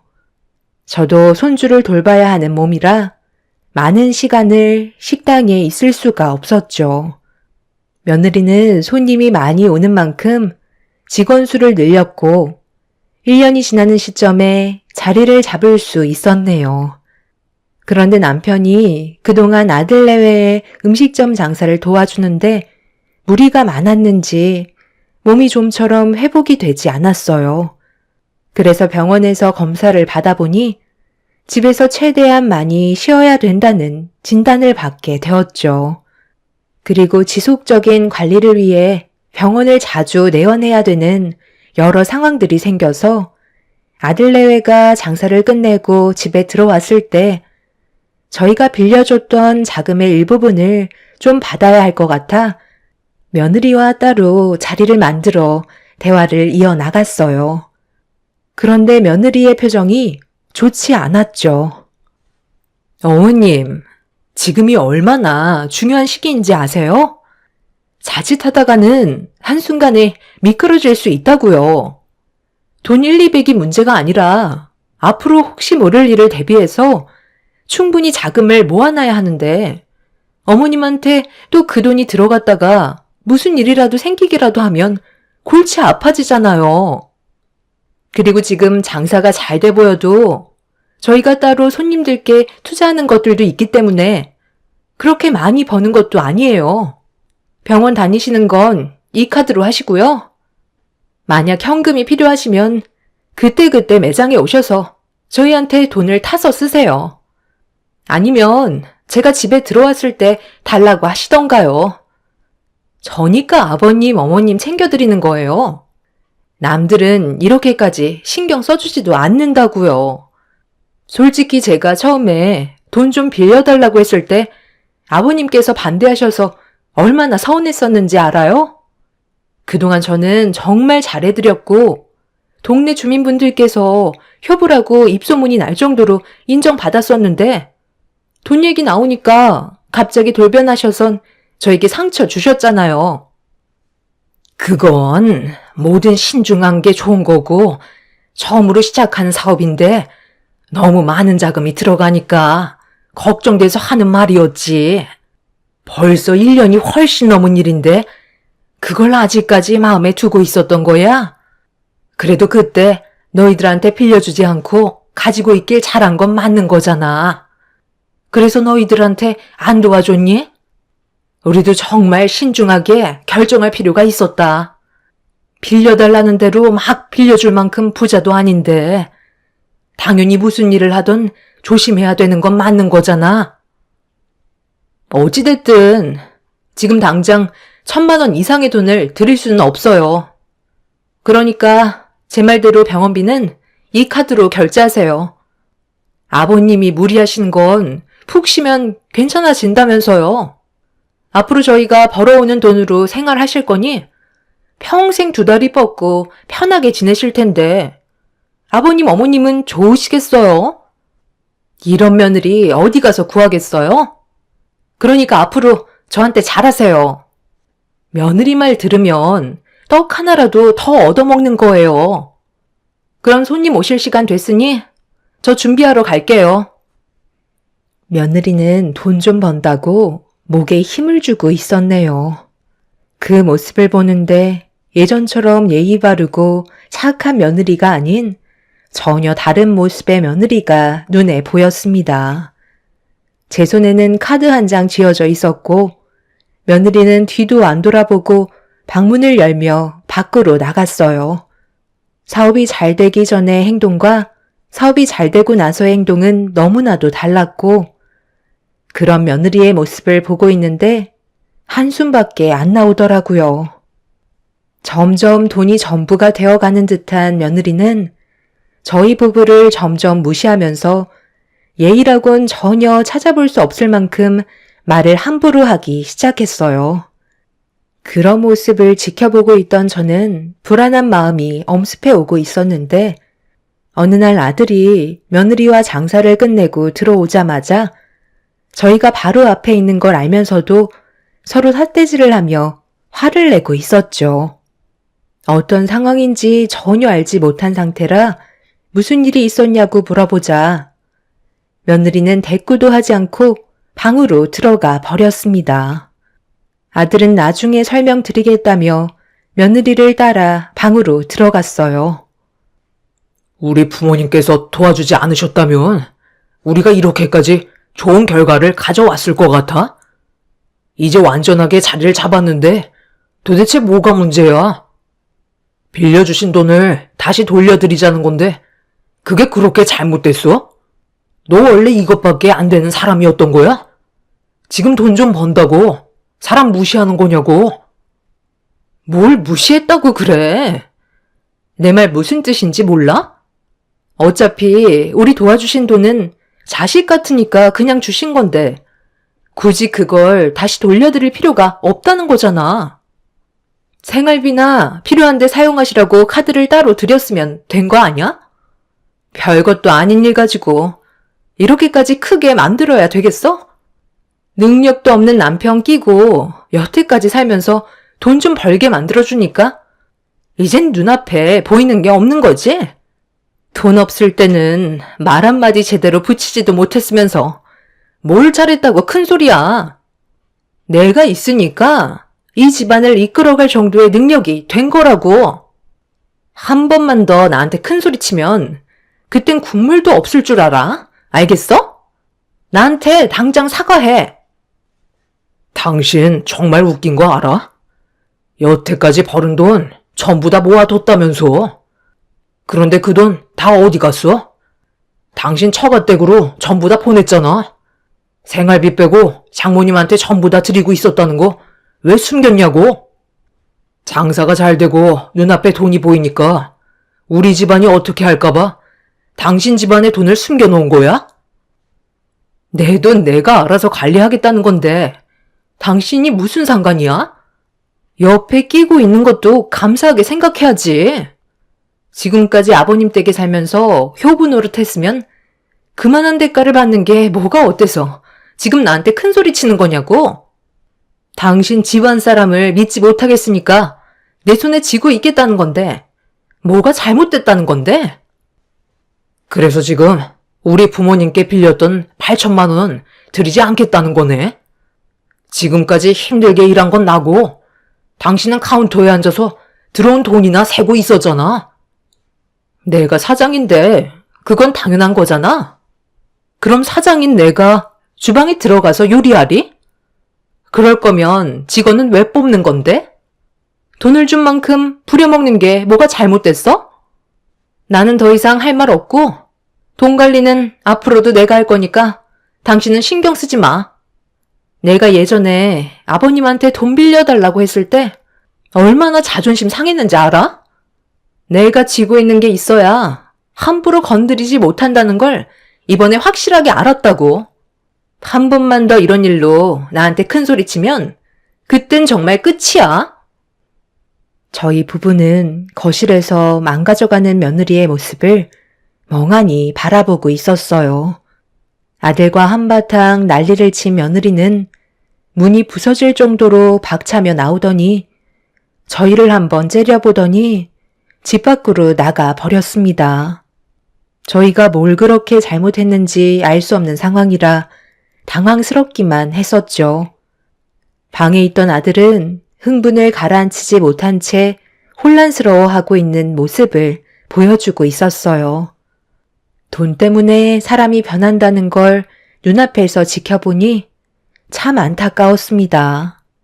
화기애애했던 가족의 분위기는 찾아볼 수 없었고 며느리는 그날 이후 친정에서 식당으로 출퇴근을 했어요. 저희 집에 더 이상 함께 있을 이유가 없다는 걸 느끼고 있는 것 같아 보였습니다. 아들은 그런 모습을 보며 괴로워하고 있었고 둘의 관계에 문제가 생기자 식당에까지 영향을 끼치게 되었죠. 며느리는 돈을 주며 부리는 직원들의 행동들이 마음에 들지 않는다고 손님들이 있는 앞에서 막말을 퍼부으면서 난리를 친 적도 한두 번이 아니었고 상처를 받은 직원들은 한두 명씩 떠나기 시작했어요. 며느리는 직원이야 다시 구하면 되는 거라 상관없다고 얘기했지만 소문이 퍼지기 시작하면서 점점 직원을 구하는 게 어려워지고 있었죠. 그런 모습들을 지켜보던 남편은 아들 내외가 힘들게 식당을 차렸던 걸 옆에서 전부 다 지켜봐왔었기 때문에 몸이 좋지 않은데도 직원이 부족해서 일손을 돕기 위해 식당으로 나갔네요. 손주를 돌보고 있던 저는 따라갈 수가 없었는데 남편이 건강이 안 좋아 걱정이 많았었죠. 불안한 마음에 아들에게 미리 전화를 했고 아들은 걱정하지 말라며 죄송하다는 말을 꺼냈습니다. 다 잘 해결될 거니 너무 스트레스 받지 말라면서 아들을 위로해 주었어요. 그렇게 저는 손주를 돌봐주면서 밀린 집안일을 하고 있는데 갑자기 아들한테 전화가 와서 아무 생각 없이 받는 순간 전혀 생각지도 못한 말을 들어서 손주를 안고 급하게 택시를 탄 뒤 병원으로 달려갔어요. 남편이 저혈당 쇼크인 상태로 문제가 생겼다는 말을 듣게 되었죠. 어떻게 된 상황인지 물어보자 아들은 눈물을 흘리면서 갑자기 저혈당이 온 것 같다며 설명했고 저는 깨어나지 못하는 남편을 보며 며느리는 어디 갔냐고 물어보자 식당에 아직 있을 거라고 말을 듣게 되었네요. 결국 그동안 참아왔던 안 좋은 감정들이 터지게 되면서 더 이상 참을 수 없어 안고 있던 손주를 아들에게 맡긴 뒤 식당으로 향했습니다. 식당에서 한바탕 난리가 나서 그런지 그날은 오후 장사는 하지 않는다는 팻말을 붙여놨더라고요. 식당 불은 꺼져 있었고 문을 열고 들어가니 직원들도 전부 퇴근한 상태였습니다. 그런데 주방에서 며느리가 누군가와 통화를 하고 있더라고요. 귀를 기울여 들어보니 사부인과 전화 통화를 하고 있었네요. 얼굴 보는 것도 꼴 보기 싫다니까. 아버님이 저혈당 쇼크 온 거 나는 알고 있었지. 그런데 예전에 도와주지 않았던 게 갑자기 또 생각나더라고. 그래서 쓰러지든 말든 안 도와줬어. 내가 그동안 이 집에 있으면서 얼마나 잘했는지 엄마도 잘 알고 있지? 벌어들인 돈은 내가 그간 고생했던 보상이야. 아버님은 지금 병원에 실려갔지. 큰일이야 있겠어? 별일 없을 것 같은데? 사람이 그렇게 쉽게 세상 떠나진 않잖아. 함께 살아봐서 아는데 정말 지긋지긋해. 어떻게 하면 두 분을 내쫓을까 생각 중이야. 그래서 몸에 문제가 생기면 누군가의 도움이 필요할 거 아니야? 그럼 자연스럽게 요양병원 직행이지. 두 분 다 최대한 빨리 요양병원 보내고 그 집도 내가 차지하려고. 식당은 일단 공동사업자로 등록이 되어 있는데 그건 나중에 내가 변경하면 되는 거니까 크게 상관없어. 지금은 일단 두 분을 최대한 빨리 내쫓아 버리고 싶어. 집에 들어가면 맨날 보는 그 얼굴 얼마나 꼴 보기 싫은데. 꼴랑 8천만 원 빌려준 거 가지고 엄청 생색낸다니까. 벌만큼 최대한 벌었다가 그 이랑도 이혼하려고. 위자료까지 전부 받아서 차라리 내 자식이랑 함께 사는 게 속 편할 것 같아. 돈이 많아지니까 사람들이 눈에 쌍심지를 켜고 덤벼들려 한다니까. 내가 그래서 엄마한테 돈을 전부 다 맡겨두는 거야. 내가 벌은 거 남한테 줄 순 없잖아? 저는 며느리가 통화하는 모습을 보고 경악을 하고 말았어요. 저혈당 온 남편을 그냥 방치했다는 거에 엄청난 충격을 받았고 절대로 용서하고 싶지 않았습니다. 주방에서 통화를 하고 있는 며느리에게 달려가 쭈꾸미가 가득 담겨있는 그릇을 머리 위로 부어버린 뒤 머리채를 잡고 사정없이 흔들어 버렸어요. 무방비 상태로 당한 며느리는 당황했는지 저를 강하게 밀친 뒤 화를 내기 시작했고 저는 아랑곳하지 않고 또다시 달려들어 난리를 치고 말았습니다. 식당에 있는 모든 물건들을 전부 다 집어던지면서 당장 이 식당 정리하고 두 번 다시 내 앞에 나타나지 말라며 화를 내자 며느리는 눈 하나 깜빡거리지 않더라고요. 그 모습을 보고 저는 그 자리에서 경찰에 신고를 한 뒤에 좀 전에 상황이 찍혀있던 CCTV를 확인해 봤습니다. 그 안에는 브레이크 타임 시간에 남편은 식탁 테이블을 닦다가 쓰러졌고 직원들은 휴게실에서 쉬고 있는 상황인 것 같아 보였어요. 그 사이 카운터에 앉아있던 며느리가 자리에서 일어나 쓰러진 남편이 있는 곳으로 천천히 걸어오더니 쓰러진 모습을 지켜만 보고 있었고 아무런 조치도 해주지 않았습니다. 카운터에 쌓여있는 사탕 하나 입에 넣어주면 끝나는 문제를 며느리는 해주지 않았네요. 남편은 도와달라며 손을 떨면서 며느리의 발목을 붙잡았는데 며느리는 애원하는 남편의 손길을 강하게 뿌리쳤고 결국 저혈당 쇼크로 쓰러지고 말았습니다. 그리고 그 사이 잠깐 외출을 한 아들이 들어오자 며느리는 연기를 하는 척 아들에게 설명을 했고 아들이 119에 요청을 해서 병원으로 옮겨지게 되었던 거네요. 이런 상황이 전부 다 찍혀 있었다는 걸 잊고 있던 며느리의 얼굴은 사색이 되었고 CCTV에 담겨있던 내용을 전부 지우려고 달려들길래 며느리를 막아서며 몸싸움은 더욱더 격하게 벌어지고 말았어요. 그리고 그 사이 경찰분들이 식당에 도착하면서 상황은 종결이 되었고 난리를 치는 며느리를 진정시키기 위해 경찰들이 며느리를 밖으로 내보냈네요. 저는 헝클어진 머리와 옷들을 재정비한 뒤에 네 발로 식당을 걸어 나오면서 방금 한 행동들에 대해 절대 용서하지 않을 거라며 법적인 처벌을 면하지 못할 거라고 식당의 문을 굳게 닫아 버렸습니다. 며느리는 그제서야 자신의 행동에 위기가 찾아왔다는 걸 알았는지 울며 불며 날뛰면서 힘들게 성공한 인생 무너뜨리고 싶지 않다면서 용서해달라고 반대로 제 발목을 잡았네요. 저는 며느리의 손을 뿌리치면서 천하에 둘도 없던 효부인 며느리를 제 손으로 처벌하게 되었습니다. 저희 가족은 며느리와 더 이상 함께 살아갈 수 없었고, 아들은 믿었던 배우자의 배신에 너무 큰 상처와 정신적인 충격으로 인해 이혼 소송을 준비하게 되었어요. 남편은 다행히 정상적인 몸으로 돌아왔지만 며느리 행동에 너무 큰 충격을 받았는지 자신을 세상 떠나게 만들 작정이었다고 절대로 용서하고 싶어 하지 않았어요. 하지만 재판에선 피해를 받은 저희의 손을 들어주지 않았습니다.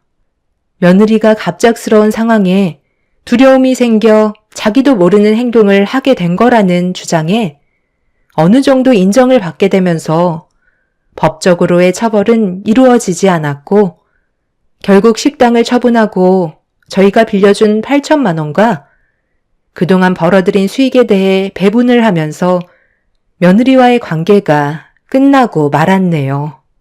아들은 원래 다니던 회사에 다시 출근을 하게 되었고 자기 자식을 키우지 않고 새로운 삶을 시작하겠다는 며느리의 말에 손주는 저희가 키우기로 결정하게 되었어요.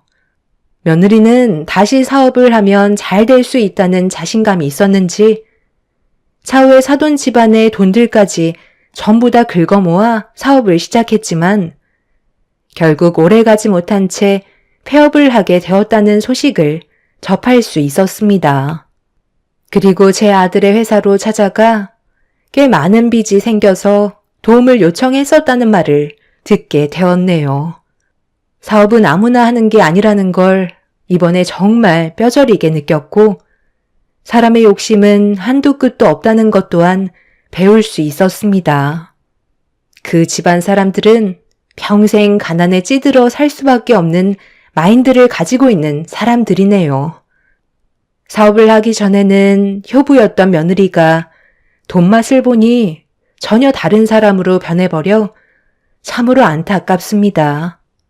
앞으로 저희 가족에겐 평화만 있었으면 좋겠어요. 두 번 다시 기억하고 싶지 않았던 순간들이었네요. 제 사연 들어주신 분들, 오늘 하루도 즐거운 하루가 되시고 가족들과 언제나 웃으면서 행복한 삶을 만드시길 바랍니다. 감사합니다. 안녕하세요. 저는 부모님 밑에서 도매시장 일을 하고 있는 30대 후반 여자입니다. 저희 집안 얘기를 꺼내게 된 이유는 남편의 행동에 문제가 있다고 생각돼 사연을 신청하게 되었네요.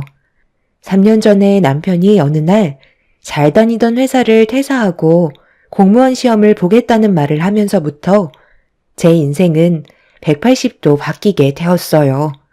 잘 다니던 회사를 왜 그만두냐고 물어보니 이유는 자신의 능력을 너무 몰라주는 회사에 더 이상 다니고 싶지 않다는 거였어요.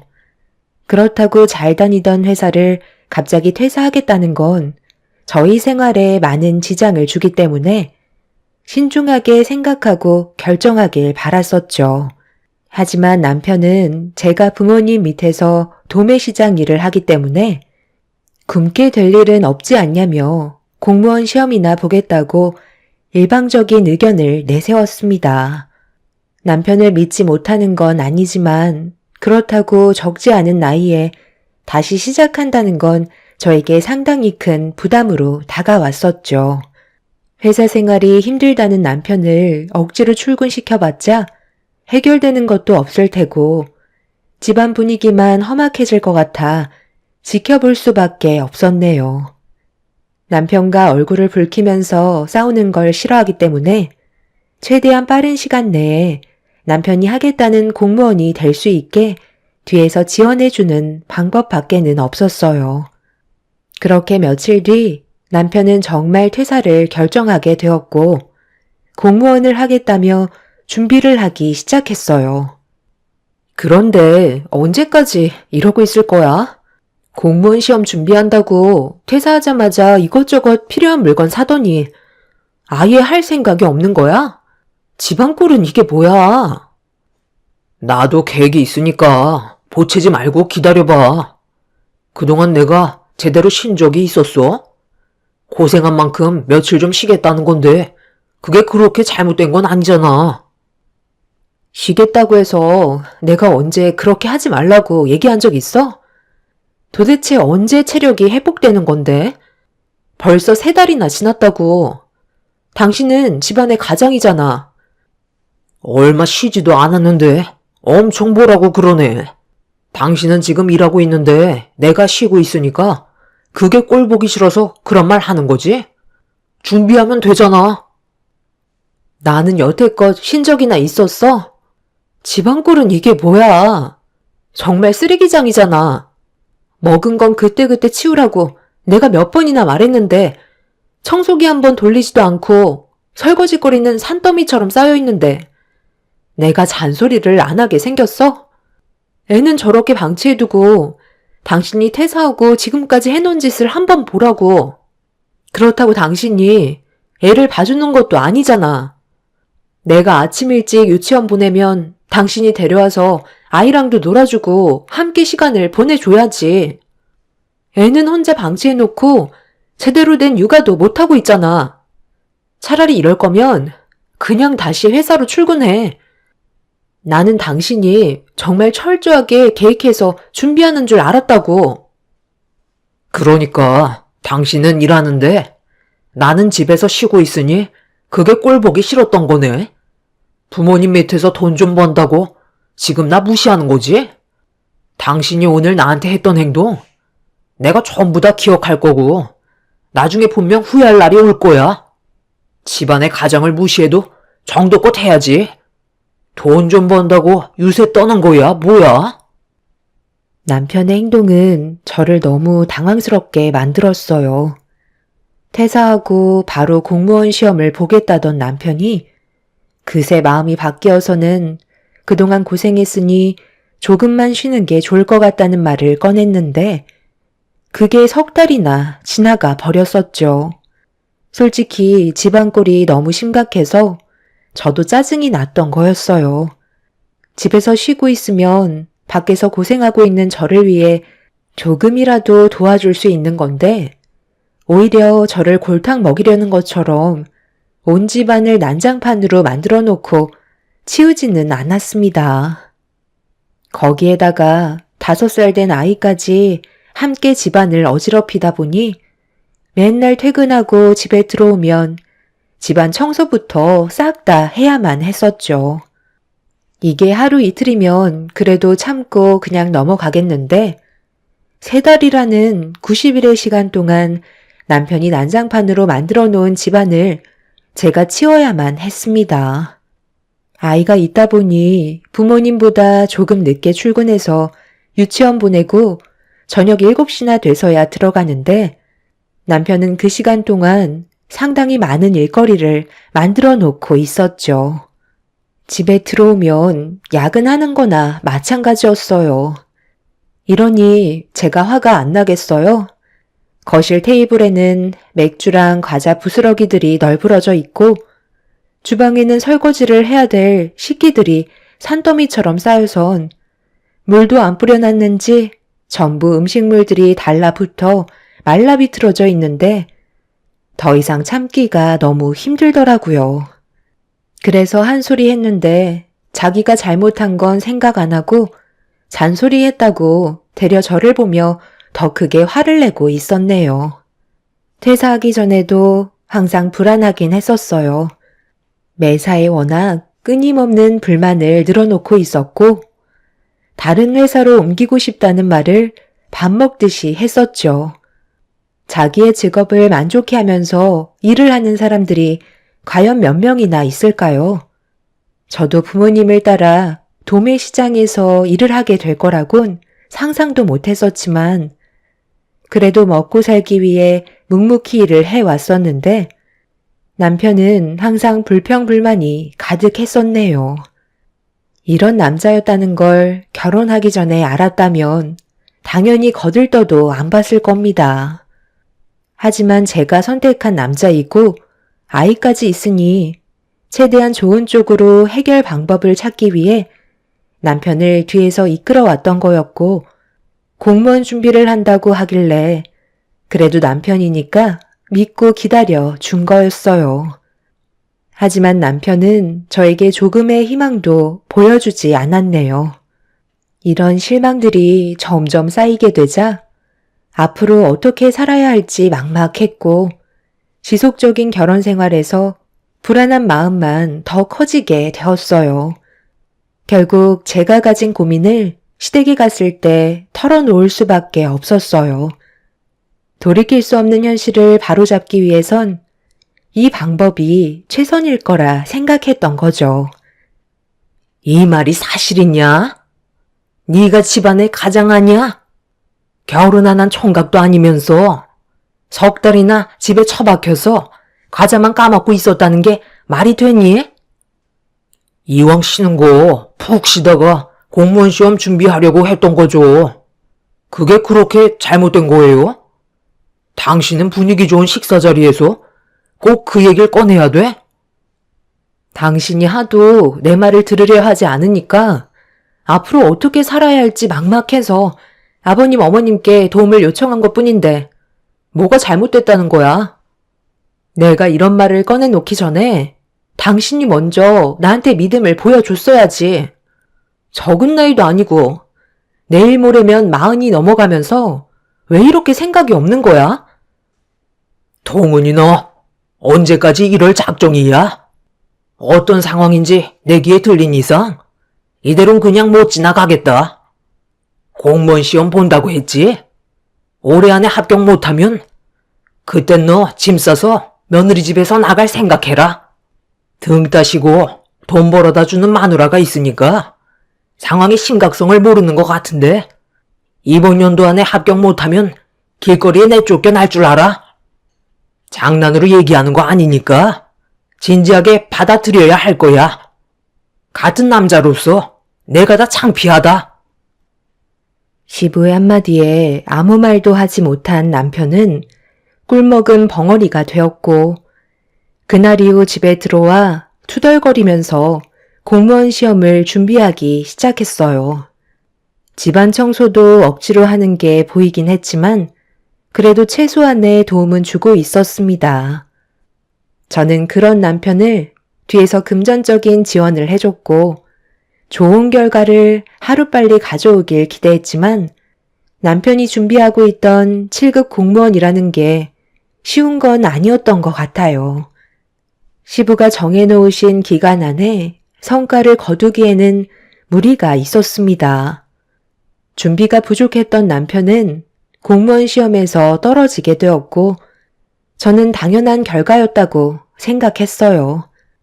그동안 놀고 먹고 마음의 준비도 되어 있지 않은 상태에서 합격하는 게 오히려 이상한 거였죠. 그런데 공무원 시험에서 떨어진 남편이 무슨 바람이 불었는지 그날 이후부터 갑자기 시험에 매진하게 되었고 저는 그런 남편을 묵묵히 지켜보고 있었어요. 하지만 계속되는 실패에 점점 한계를 느끼기 시작했죠. 하지만 남편은 끝까지 포기하지 않은 채 공무원 시험에 합격하는 걸 보여주려고 계속해서 시간을 태웠습니다. 그동안 결혼 생활하면서 처음으로 집중하는 남편의 모습을 지켜봐왔던 저는 왠지 모를 좋은 기대감을 느낄 수 있었어요. 이제야 남편도 정신을 차린 것 같아 보였죠. 가정을 위해 뭐든 열심히 하려는 모습이 저에게 희망을 주었고 저희도 노력만 하면 앞으로 잘 살아갈 수 있을 거라는 확신이 들었습니다. 그렇게 남편은 정말 많은 노력 끝에 3년 만에 결실을 맺게 되었고 7급 공무원이라는 타이틀을 거머쥘 수 있었습니다. 하루에 많게는 14시간 동안 일을 해오면서 남편의 뒷바라지를 해왔었는데 7급 공무원 합격이라는 말을 들었을 때 그동안의 고생들이 눈앞에 펼쳐지면서 저도 모르게 눈물을 쏟아내게 되었네요. 힘들게 공무원이 된 만큼 남편의 인생에 마지막 직업이 되길 간절히 바랬었어요. 그런데 남편이 공무원이 된 이후부터 저를 대하는 태도가 조금씩 변하기 시작했어요. 처음에는 잘 느끼지 못했었는데 잠깐 아이를 데리고 남편과 외출을 할라치면 상당히 껄끄러워하고 있었습니다. 그렇게 억지로 나가게 되면 저와 거리를 두며 걸었고 주변의 시선을 상당히 의식하고 있었네요. 결국 참다 못한 저는 집에 들어와 왜 그러는지 이유를 물어봤어요. 그런데 남편이 한다는 말이 자기는 7급 공무원인데 저는 도매시장에서 비린내 나게 생선이나 취급한다고 혹시라도 같은 동료 사람들과 마주치기라도 한다면 제 몸에서 나는 생선 비린내 냄새가 자신의 이미지에 타격을 준다는 말이었네요. 그러니까 당신은 내 몸에서 생선 비린내가 나서 같이 다니는 게 창피하다는 거야? 나는 도매시장에서 일을 하는데 당신은 정장 입고 일하는 공무원이라 맞지 않는다고 생각하는 거잖아. 어떻게 나를 그렇게 볼 수 있어? 내가 그동안 당신 뒤에서 얼마나 많은 노력을 쏟아 부었는지 알면서 그런 말이 나와? 솔직히 노력은 내가 했지. 당신이 한 건 아니잖아. 공무원이 되려고 공부한 건 나지. 당신이 대신 해준 것도 아니면서 엄청 대단한 일 해준 것처럼 말하네. 생각을 해봐. 내가 시청 공무원인데 하루에 시청에 다녀가는 사람이 몇 명이나 될 것 같아? 정말 엄청나게 많은 사람들이 다녀간다고. 그런데 거기서 나를 알아보는 분들이 인사라도 한다면 당신이 내 옆에 있어봐. 생선 썩은 냄새 같은 게 당신 몸에서 풍기는데 내 이미지가 어떻게 되겠어? 전 직장은 아는 사람들이랑 마주칠 일도 거의 없기 때문에 크게 신경 쓰지 않았었지만 지금은 완전 상황이 달라졌다고. 그러니까 당신도 앞으로는 조심 좀 해줬으면 좋겠어. 그리고 이제부턴 세탁기 돌릴 때 따로 분리해서 빨래해줬으면 좋겠어. 당신 옷에서 나는 냄새가 내 셔츠에서도 나는 것 같거든? 내 말에 기분 나빠하지 말고 최대한 서로 맞춰가자는 거야. 우리 집안 이미지가 안 좋은 것보단 낫잖아? 앞으로 신경 좀 써주고. 저번에 당신 은별이 데리고 우리 회사 앞에서 기다렸었지? 그런 짓 좀 하지 마. 동네 창피해서 고개를 들 수가 없어. 보는 사람들이 많을수록 안 좋은 말들도 들리기 마련이라고. 그냥 웬만하면 집에서 얼굴 보는 걸로 하자. 내가 그렇게 창피해? 당신은 남들 시선이 더 중요한가 봐. 방금 한 말 들어보니 그동안 나를 어떻게 생각했는지 확실히 알 수 있겠네. 무슨 뜻인지 알았으니까 2번 다시 당신 옆에 붙어있지 않을 거고 회사 근처에 얼씬거리지도 않을게. 남들이 보면 당신이 무슨 변호사나 검사 정도 되는 줄 알겠다. 남편의 말 한마디 한마디가 제 마음을 너무 아프게 만들었고 그동안 저를 창피하게 생각하고 있었다는 거에 너무 서운했었어요. 저는 그날 화장실에서 눈물을 펑펑 쏟아냈고 샤워를 할 때 타월로 온몸을 박박 긁었네요. 그 전에는 몰랐는데 제 몸에서 비린내가 난다는 남편의 말에 저도 모르게 남들을 의식하게 되었고 제 몸에서 비린내가 나서 사람들이 저와 거리를 두는 것 같은 느낌이 들어 정신적인 문제가 생기고 말았습니다. 남편을 공무원으로 만들면 모든 게 다 끝나는 줄 알았는데 또 다른 문제가 생기니 답답하기만 하더라고요. 그런 아픔들이 있고 난 이후부턴 남편과도 거리를 두게 되었고 저희 부부는 집에 와서도 서로 차단하며 지내왔었습니다. 남편은 저에게 미안한 감정도 들지 않는지 아예 신경도 쓰지 않더라고요.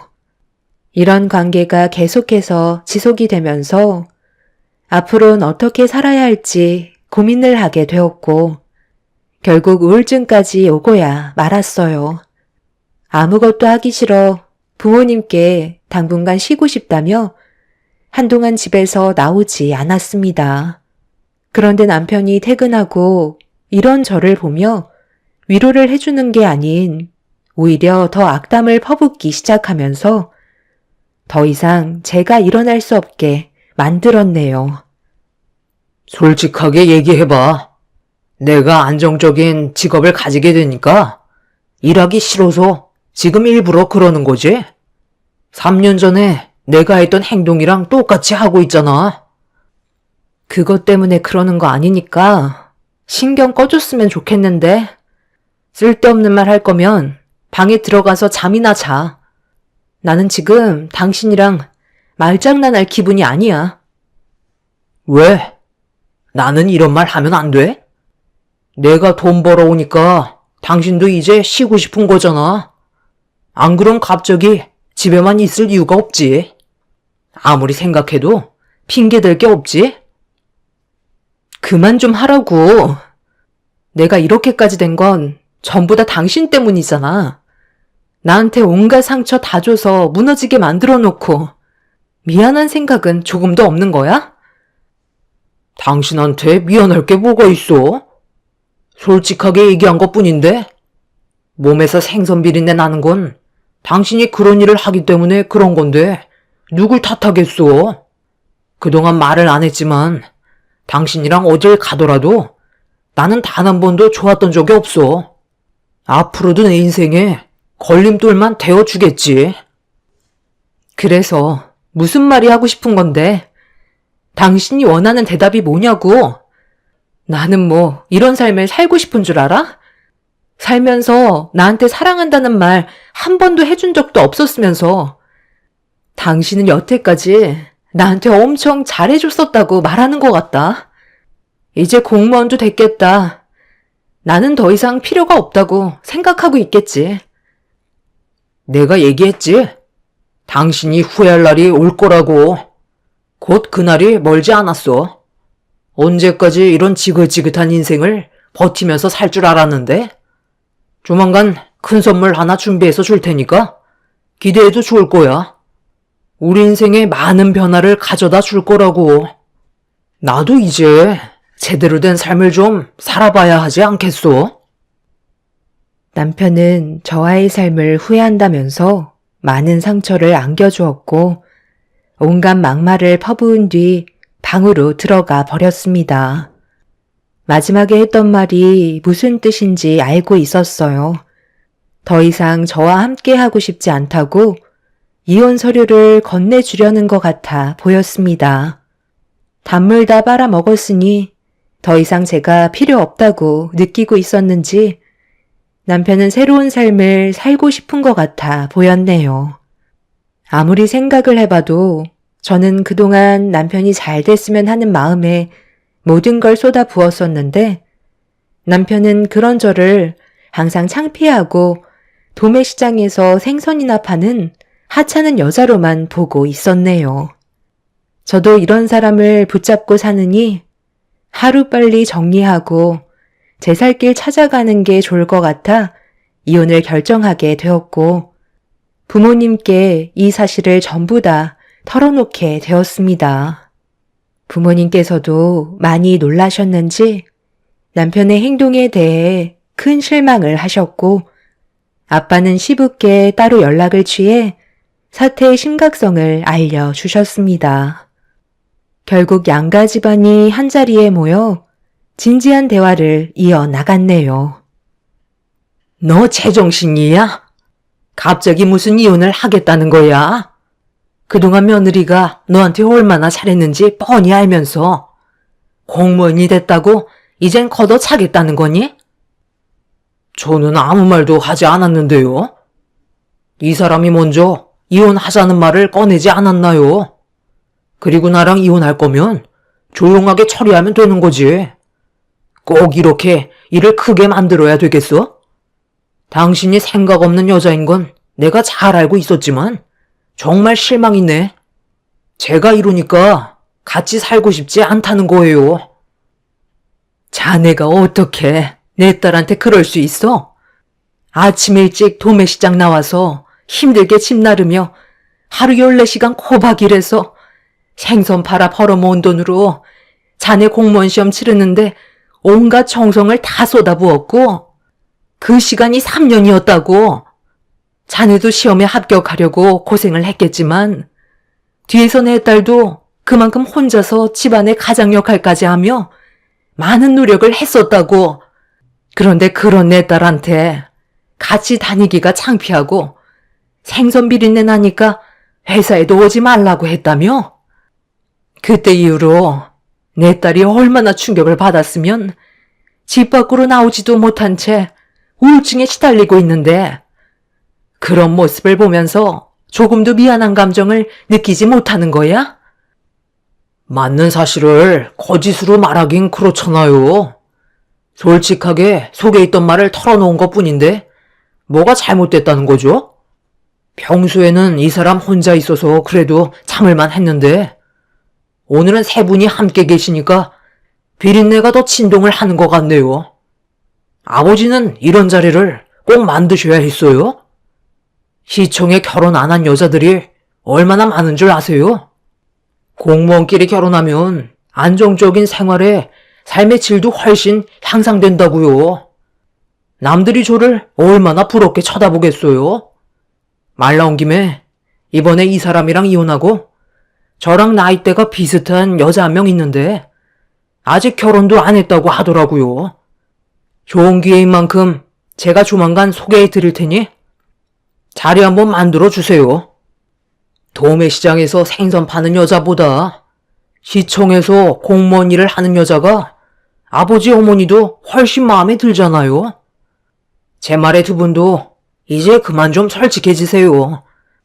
말 나온 김에 당신이 가지고 온 거 꺼내봐. 아까 보니까 식당에 들어오기 전에 이혼 서류 가방에 넣었다 뺐다 반복하더니만. 내가 뒤에서 다 지켜봤는데 더 이상 망설이지 말고 이혼 서류 꺼내라니까. 오늘 도장 찍고 내일 당장 이혼하러 가면 되는 거잖아. 합의 이혼할 거지? 자네 정말 끝까지 가려고 작정한 거야? 이런 식으로 나오면 서로에게 상처뿐이라고. 왜 이 자리를 만든지 모르는 거 아니면서 갈 때까지 가보겠다는 거지? 죄송합니다. 이놈이 나이만 먹었지 아직까지도 철이 들지 않았네요. 자식을 잘못 키운 제 탓입니다. 일단 흥분 좀 가라앉히시고 자리에 앉아보세요. 아버님, 저 이제 그만할게요. 저도 지금 많이 지쳐있는 상태라 더 이상은 함께하고 싶은 마음이 없어요. 하루라도 빨리 각자 인생 가는 게 모두가 피해를 안 볼 수 있는 최선의 방법 같아요. 더 이상 상처받고 싶지 않고 제 삶을 찾고 싶어요. 누군가를 위해 희생하는 건 여기까지만 하겠습니다. 저는 가방에 있던 이혼 서류를 꺼내 들었고 남편에게 내밀었어요. 남편은 기다렸다는 듯이 서둘러 서류에 작성을 한 다음 도장을 찍었고 양가 집안은 난리가 나고 말았습니다. 남편이 저희 부모님께 했던 발언은 너무 지나쳤었고 이미 실망할 것도 남아있지 않아 가만두지 않겠다며 남편의 멱살을 잡은 아빠와 엄마를 모시고 식당을 빠져나왔네요. 부모님과 저는 그날 하루 종일 눈물을 흘렸고 그렇게 다음날 남편과 이혼 서류 제출하기 위해 남편 회사 앞에서 기다리고 있는데 남편이 공무원 직원분들과 함께 걸어 나오더라고요. 제가 앞에 서 있자 직원분들이 저를 보며 누구냐고 물어보는 말에 남편이 뱉은 한마디는 우리 집 애완견 돌봄이라는 충격적인 말을 꺼내 놓았습니다. 어차피 이혼할 사이니까 대우해줄 필요는 없다고 생각했는지 입을 함부로 놀렸고 제가 그 자리에서 망연자실하자 남편은 시간이 없으니 서둘러 서류 제출하러 다녀오자며 제 팔을 잡고 끌었습니다. 그런데 이런 모습을 멀리에서 지켜보고 계셨는지 시부모님과 저희 부모님께서 남편을 보며 화를 내셨고 제 팔을 잡고 있던 손을 당장 놓지 못하겠냐며 무언가를 끌고 오셨어요. 그리곤 가지고 온 아이스박스의 뚜껑을 열더니 안에 있던 내용물을 남편의 머리에 전부 쏟아 부었습니다. 안에는 생선들을 손질하고 남은 음식물 쓰레기들이었고 뒤이어 시부모님께서도 아빠의 행동을 따라 남아있는 아이스박스를 들어 남편의 얼굴에 전부 부어버렸네요.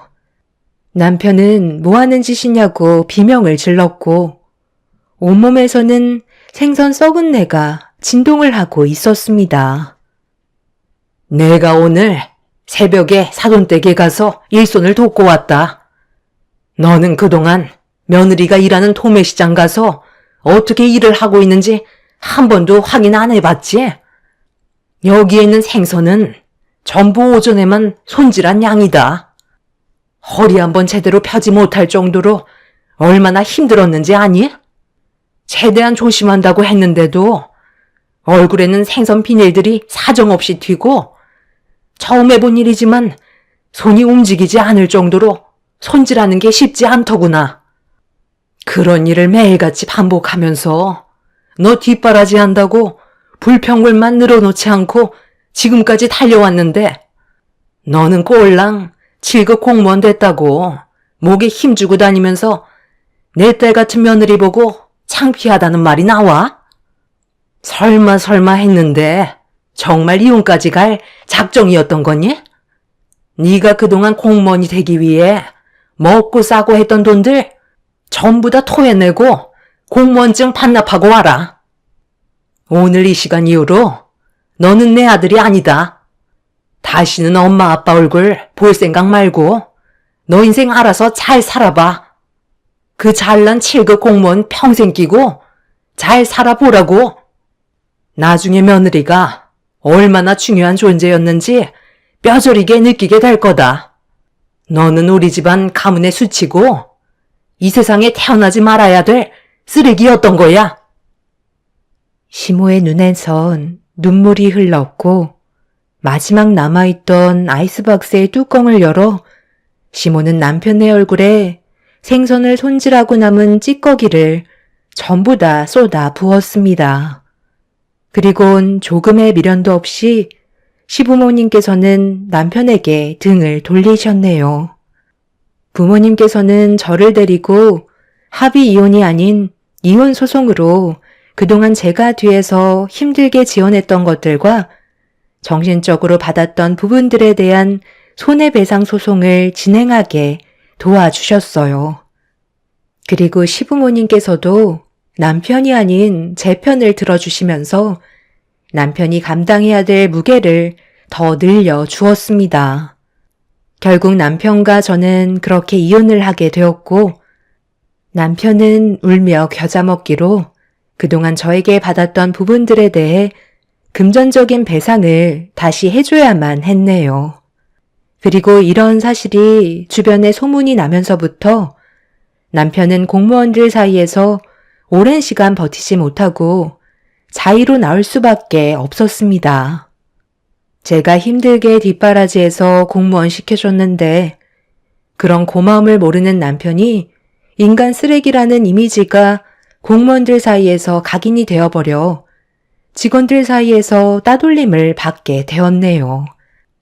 이미지를 중요시하게 생각했던 남편이 그런 생활을 버텨내지 못하고 결국 회사에서 나올 수밖에 없었고 시부모님께서도 남편을 받아주지 않자 다른 지역에서 공무원 생활을 다시 하기 위해 준비하고 있다는 소식을 들을 수 있었습니다. 남편은 지금쯤 자신이 한 행동에 대해 땅을 치며 후회하고 있을까요? 저는 전혀 그렇게 생각하지 않습니다.